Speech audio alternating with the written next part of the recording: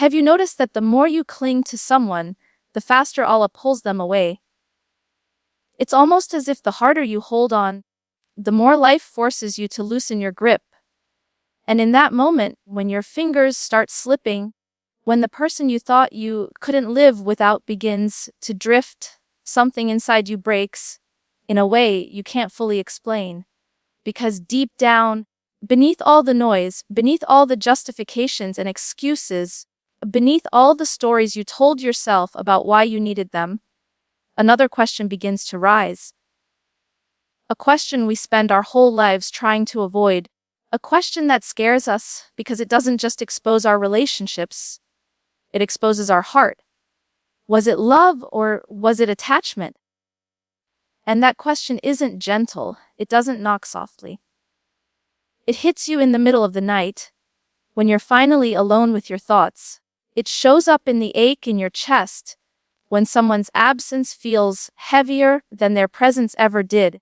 It whispers to you when your entire emotional world depends on one human being's attention, one message, one gesture. Because love, real love, brings expansion. It softens you. It brings peace, even in distance. But attachment consumes you. It makes you afraid. Afraid of losing, afraid of being abandoned, afraid of not being enough. Attachment turns someone into your oxygen. And when they leave, even for a moment, you feel like you're suffocating. And maybe, just maybe, Allah lets certain people slip from your hands not to hurt you, but to show you that the heart you gave away so easily was never meant to belong to a human in the first place. Maybe the separation wasn't a punishment, it was a reminder, a divine nudge whispering, "Come back to me." Attachment and love may look similar on the surface, but inside the heart they feel completely different. Attachment is rooted in fear. It clings. It holds tight because it is terrified of losing. It says, "If you leave, I will fall apart." Love, on the other hand, is rooted in mercy. It doesn't hold someone hostage, it frees them. It says, "I want good for you, even if it doesn't benefit me directly." Attachment operates from insecurity, while love comes from a place of spiritual strength. When you're attached to someone, you feel anxious when they don't respond, unsettled when they take time for themselves, threatened when they set boundaries. Your heart becomes reactive, on edge, always scanning for signs of being replaced or abandoned. Attachment tries to control, not because you want to dominate, but because you're terrified of losing your sense of safety. You begin to micromanage, overthink, constantly doubt their intentions. Your peace becomes dependent on their presence, their words, their reassurance. Love, however, is spacious. It gives room. It breathes. It doesn't demand constant proof. It simply trusts. Love accepts imperfections and understands that both hearts need space to grow. It doesn't rush, doesn't suffocate, doesn't panic. Where attachment says, "Stay close so I don't collapse," love says, "I want you to be whole, even if it means stepping away for a moment." Love creates freedom, not fear. Peace, not panic. Balance, not emotional chaos. Islam gives us a beautiful framework to understand this difference. In the Quran, Allah reminds us repeatedly that hearts find rest only in the remembrance of Him, not in the presence of any human being. The Prophet showed love in ways that never chained or controlled. His relationships were filled with mercy, gentleness, kindness. He loved deeply, but his heart was anchored firmly in Allah. That anchoring allowed him to love without falling apart when life changed, when people came and went, when the world around him shifted. He taught us that love rooted in Allah is stable. It doesn't break you. It doesn't suffocate. It doesn't demand that you abandon yourself to keep someone close. True love is an ibadah, an act of worship, balanced, intentional, compassionate. Attachment, however, becomes a form of emotional shirk, placing someone in the position only Allah should occupy. The moment a person becomes the center of your peace, your identity, your stability, they become a god in your heart, and they will eventually crumble under a weight they were never meant to carry. Think of it like this: attachment chains you. Love gives you wings. Attachment wraps itself around your heart so tightly that you can't breathe. It restricts, confines, and traps you in constant fear. But love lifts you. It expands you. It makes you a better version of yourself. It brings you closer to Allah, not farther away. It nourishes your soul instead of draining it. So ask yourself, does this connection make you feel small, afraid, constantly seeking reassurance? Or does it bring calm, trust, mercy, and balance? Because the heart always knows the truth. Attachment is heavy, suffocating, consuming. Love is gentle. Love is light. Love is freedom anchored in Allah. But before we go deeper, we need to ask ourselves something important. What is the real difference between loving someone and being attached to them? Because unless we can answer that honestly, we will keep repeating the same emotional patterns, calling them love when they are actually wounds. The truth is, this attachment and love may look similar on the outside, but inside the heart, they feel completely different. Attachment is born from emptiness, from a part of you that feels incomplete, insecure, or afraid. It doesn't choose a person because of who they are, but because of what they temporarily fill. Attachment says, I need you to survive. Without you, I collapse. Love, however, is born from fullness. It sees the other person clearly and still chooses them, not as a source of identity, but as a companion on the journey. Attachment is heavy. It pulls at your heart like a knot that keeps tightening. It is built on fear of losing, fear of being replaced, fear of not being enough. It constantly whispers, hold on tighter, even when the relationship begins to suffocate you. Anxiety becomes your daily companion. Every silence feels threatening. Every delay feels like a warning. The heart becomes restless because it is leaning on something unstable. Love, on the other hand, is mercy. It is balance. It is freedom wrapped in responsibility and compassion. Love brings peace even when distance exists. Because real love doesn't demand possession. It doesn't say, you belong to me. It says, I want good for you, even if it doesn't benefit me directly. Love doesn't fuel control, it fuels growth. It creates space rather than taking it away. Islam gives us a clear blueprint for this. Quran reminds us again and again that hearts find true rest only in the remembrance of Allah, not in the presence or promises of people. When your heart depends on someone more than it depends on Allah, that connection becomes shaky, fragile, and painful. The Prophet loved deeply his family, his companions, but his heart was anchored firmly in Allah. That anchoring allowed him to love without drowning, to care without clinging, to connect without losing himself. He never taught love as obsession. He taught love as mercy. He taught connection without control. He taught tenderness without dependency. When the heart is tied to Allah, it can love without fear. But when it is tied to people, fear becomes inevitable, because people by their nature change, leave, grow, or return to Allah.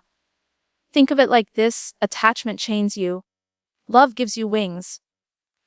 Attachment traps your heart in a loop of overthinking and anxiety, always wondering what you must do to keep someone close. Love expands your heart, making you more patient, more gentle, more grounded. Attachment makes you lose yourself. Love brings you back to yourself. So the real question is not, do I love them? The real question is, does my heart feel chained or does it feel lifted? Because deep down, we always know, attachment drains. Love nourishes. Attachment tightens your chest. Love softens it. Attachment pulls you away from Allah. Love leads you back to Him. And now we must ask ourselves another question: why does attachment hurt so deeply, even when the person we hold so tightly seems to love us back? The answer lies in understanding what attachment really does to the heart. Attachment is not love. It is a silent burden, a chain around the soul that no human can ever truly bear. When you attach your happiness, your peace, your worth to someone else, you hand them a power that no human was meant to hold. Their choices, moods, and presence begin to dictate the rhythm of your heart, and when they falter, your world trembles. Attachment creates fear, anxiety, and insecurity. Every text that goes unanswered becomes a mountain of doubt. Every small absence becomes evidence that you are not enough. Your mind begins to spin scenarios, imagining rejection, betrayal, and abandonment. Even if the person is gentle and kind, the very act of depending on them so completely creates a pressure that no one can sustain. Islam warns us that the heart should never rely on creation more than the Creator. When we invert that natural order, suffering is inevitable. Have you noticed how people cling harder when they feel the possibility of loss? Attachment does this. It tightens, squeezes, suffocates. And in those moments, we mistake our pain for love. We tell ourselves that longing, obsession, and constant worry are the marks of devotion. But true love does not make the heart tremble in fear. It makes it expand in mercy, patience, and tranquility. Attachment pulls you into a storm of emotion. Love anchors you in serenity. Consider the example of someone who depends entirely on their partner for validation.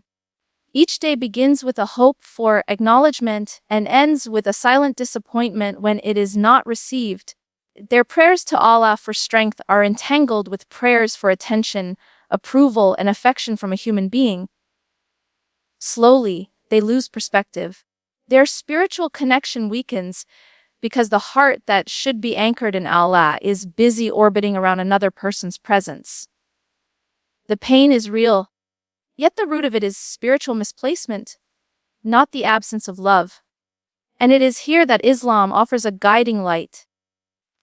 The Prophet taught that the heart is like a garden. If we water it with reliance on people rather than on Allah, the garden will wither.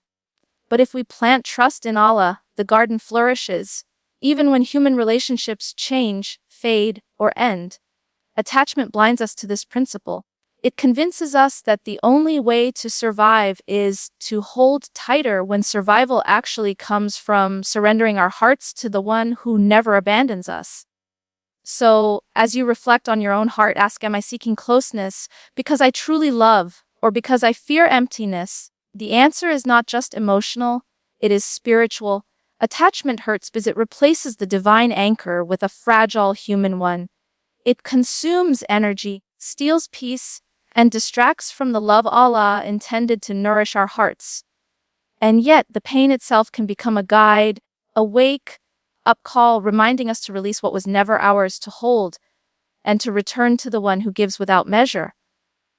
And as we let this truth settle, we begin to see the signs of a heart ready for healing. And that leads us to the next reflection. How can we recognize when we are attached and when we are truly in love? This question is essential because the first step to freeing our hearts is awareness. Once we see the difference clearly, we can begin to cultivate love that heals rather than attachment that wounds. And now we must pause and ask ourselves, how do we know if our heart is attached rather than truly in love? This is not always obvious because attachment can disguise itself as care, concern, and passion. It can feel comforting, familiar, even sacred. But the truth is, attachment leaves fingerprints on the soul that love never does. And recognizing them is the first step toward freedom and healing. One sign is constant overthinking. If you find yourself replaying conversations, analyzing every word, and imagining endless scenarios just to feel secure, this is not love. This is attachment.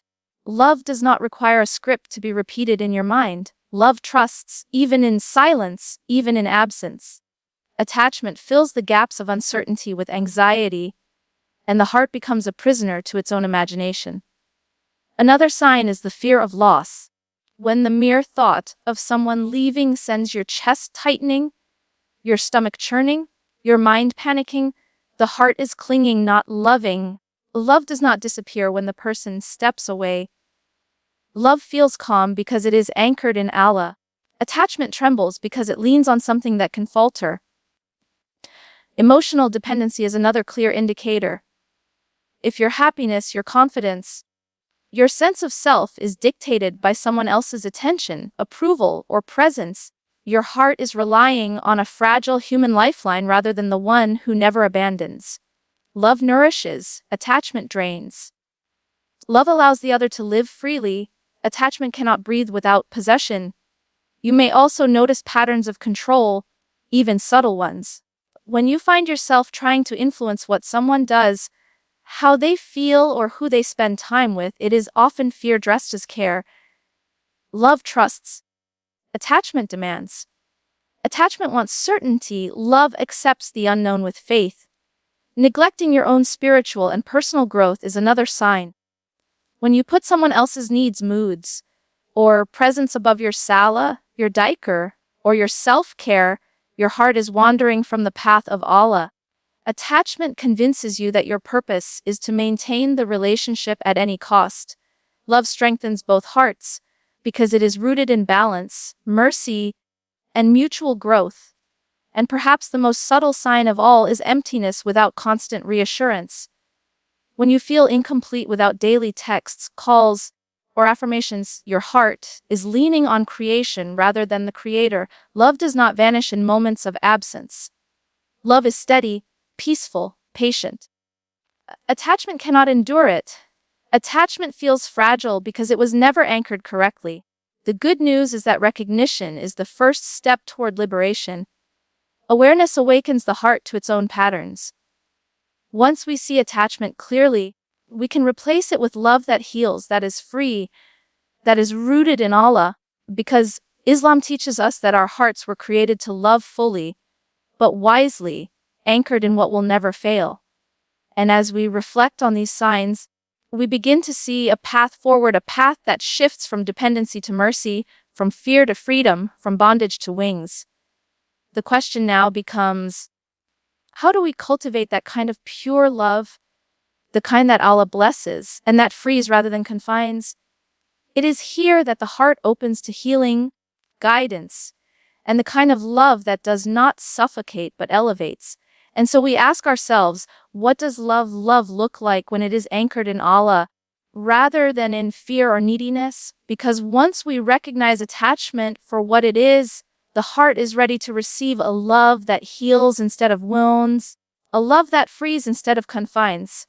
This is the love Islam teaches us, the love that uplifts the soul and brings peace to the heart. Pure love begins with Allah. It is a love that does not seek to possess, control, or cling. It is a love that flows from trust in the one who never abandons. When our hearts are rooted in Allah, we can love others without losing ourselves. Our happiness is no longer dependent on the presence or approval of someone else, because our source of contentment is eternal, unchanging, and infinite. This love is expansive, not constrictive. It nourishes rather than drains. The Prophet showed us countless examples of this balanced love. His care for his family, his companions, and his community was never obsessive. It was always gentle, merciful, and measured. He loved deeply, yet his heart remained anchored in Allah. Even in relationships that were challenging, he demonstrated patience, understanding, and compassion, never clinging in fear or demanding constant validation. Love in Islam is a reflection of the mercy and balance that Allah instills in the heart, a love that lifts rather than chains. Love for the sake of Allah, hub fillah, is a love free from selfishness, jealousy, or fear of loss. It is a love that wishes the best for the other, even if their path takes them away from you. It is a love that grows through prayer, dua, and spiritual connection, not through constant reassurance or dependence. When love is rooted in Allah, it gives wings to both hearts. It allows each person to flourish spiritually, emotionally, and morally rather than trapping them in cycles of need and anxiety. This love is balanced. It does not demand that the other person fill the voids that only Allah can fill. It does not turn affection into a measure of self-worth. Instead, it encourages self-growth, patience, and emotional maturity. It trusts, it forgives, and it respects boundaries. It is freeing because it does not try to own. It only wants what is good, pure, and just. Love in this sense is an act of worship. Caring for someone becomes a reflection of Allah's mercy, and the relationship becomes a means of drawing closer to Him, not a distraction from Him. We can imagine it like this: attachment chains you. Love gives you wings. Pure love allows the heart to soar. It brings tranquility even when distance exists. It nurtures the soul even when challenges arise. It uplifts both hearts instead of weighing them down. And the more it is rooted in Allah, the more resilient it becomes, because it is not dependent on fragile human hands, but on the one who never abandons, never fails, and never changes. So we must ask ourselves, am I loving this person in a way that elevates our souls and brings us closer to Allah, or am I clinging in fear, holding on to something fragile that will inevitably break? Awareness of this distinction is the beginning of a heart that loves rightly, a heart that is free, peaceful, and aligned with divine wisdom. Once we understand this, the path to healing from attachment becomes clear. We begin to release fear, to release control, to release dependency, and to embrace love that is patient, gentle, and anchored in Allah. And from this place of understanding, the heart is ready for the next step: true healing, growth, and the kind of love that does not wound, but elevates. And now we must ask ourselves, how do we heal a heart that has been bound by attachment, so it can love freely and purely again? Healing begins with awareness, but awareness alone is not enough. It must be followed by deliberate action, intention, and a return to the one who created our hearts. Attachment leaves a mark, but the wounds it creates are not permanent.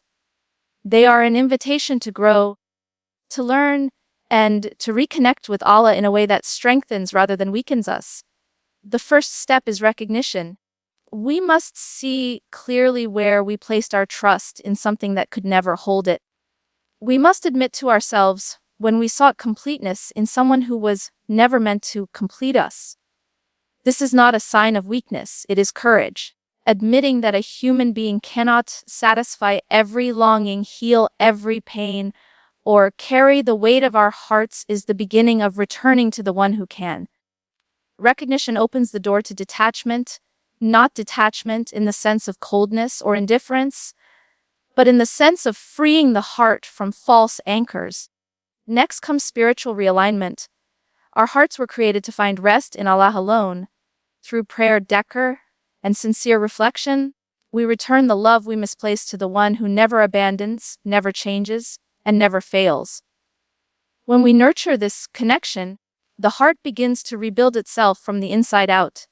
The fears that once dominated us, the fear of being alone, the fear of rejection, the fear of loss, begin to lose their power. We realize that true safety is not in human hands, but in divine care. Part of this healing is also reclaiming our own identity.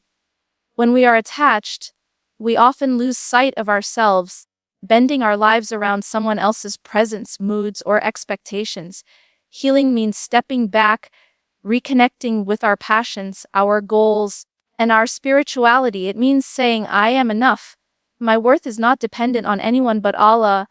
This restoration of self is a profound form of love, both for ourselves and for those around us, because a whole heart can love without clinging. Forgiveness is another essential step. We forgive ourselves for the mistakes we made while attached. We forgive others for the ways they may have inadvertently reinforced our dependency. Healing does not require blame, it requires grace. And when we forgive, the heart sheds weight it has been carrying for far too long, opening space for love that is gentle, balanced, and free. Finally, we practice letting go. Letting go does not mean abandoning love. It means returning it to its proper place. We love, but we do not cling. We care, but we do not control. We remain connected, but we remain whole. Letting go is an act of faith. It is a declaration that our hearts are in Allah's hands, and that He alone can satisfy the deepest longings within us. As the heart heals, a transformation occurs. The same heart that once trembled in fear now carries patience, compassion, and resilience. The same heart that once clung so tightly now loves freely. And in this freedom, we discover that attachment was never a punishment. It was a teacher. guiding us back to the one who gives without measure, who loves without conditions, and whose mercy transforms our hearts into spaces capable of real love. So we must reflect, am I ready to release what binds me and allow my heart to love the way Allah intended? Freely, mercifully, and fully. Healing begins with a single step, turning inward, turning upward, and trusting that the one who created the heart knows best how to restore it. And when we take that step, love ceases to be a burden and becomes a blessing, anchored in the divine, flowing through the heart, and illuminating every connection in our lives. As we reflect on everything we've explored, take a moment to let it sink in, the pain you've felt, the attachment you've held on to, the fear and anxiety that once dominated your heart. None of it is wasted. Every ache, every longing, every moment of heartbreak has been a lesson, a guidepost pointing you back to Allah, the one who knows your heart better than anyone else ever could. Healing is not about erasing the past. It is about understanding it, learning from it, and letting it refine your capacity to love rightly. Your heart is resilient. Even if it has been broken, even if it has clung too tightly, even if it has forgotten its proper anchor, it can return. It can learn to distinguish attachment from love. It can find peace in distance and patience in waiting. And it can cultivate love that is gentle, balanced, and rooted in the divine. Because when the heart is aligned with Allah, it no longer trembles in fear, it no longer depends on what is fleeting, and it no longer mistakes intensity for devotion. True love flows naturally, freely, and with mercy. So let your heart breathe. Release the chains you've placed on it, whether consciously or unconsciously. Reclaim your own identity, your own peace, your own spirituality. Begin again, not by seeking someone to complete you, but by allowing Allah to complete you, and letting every human connection be a source of growth and blessing, not anxiety or dependence. Healing is not a moment, it is a journey of patience, trust, and surrender. And here is the reflection I want you to carry with you as this video comes to a close. Have you been holding on to someone out of love or out of fear? Ask yourself this gently, without judgment, and consider how different your heart might feel if it were truly free. This is the invitation Islam gives us to love fully, to love wisely, and to allow our hearts to rest where they were always meant to rest. If this message touched your heart today, I invite you to share your thoughts in the comments. Tell me your story, your struggles, your reflections. Your words may inspire someone else to recognize attachment, to heal, and to embrace love that nourishes rather than confines. And if you want more guidance, reflection, and heart-centered content like this, subscribe to the channel and join a community of hearts seeking peace, mercy, and divine love. Remember, healing and love are not about controlling or holding tightly. They are about surrendering, trusting, and allowing the heart to soar. Let this be your reminder.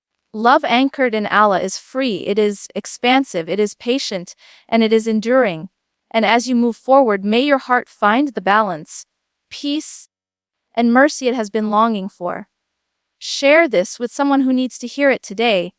Comment your reflections, and subscribe to continue this journey together. Because the heart that learns to love rightly, a love that flows from Allah, is a heart that never loses, even in separation, even in trials, and even in moments of fear. It only grows stronger, lighter, and more capable of blessing the world around it.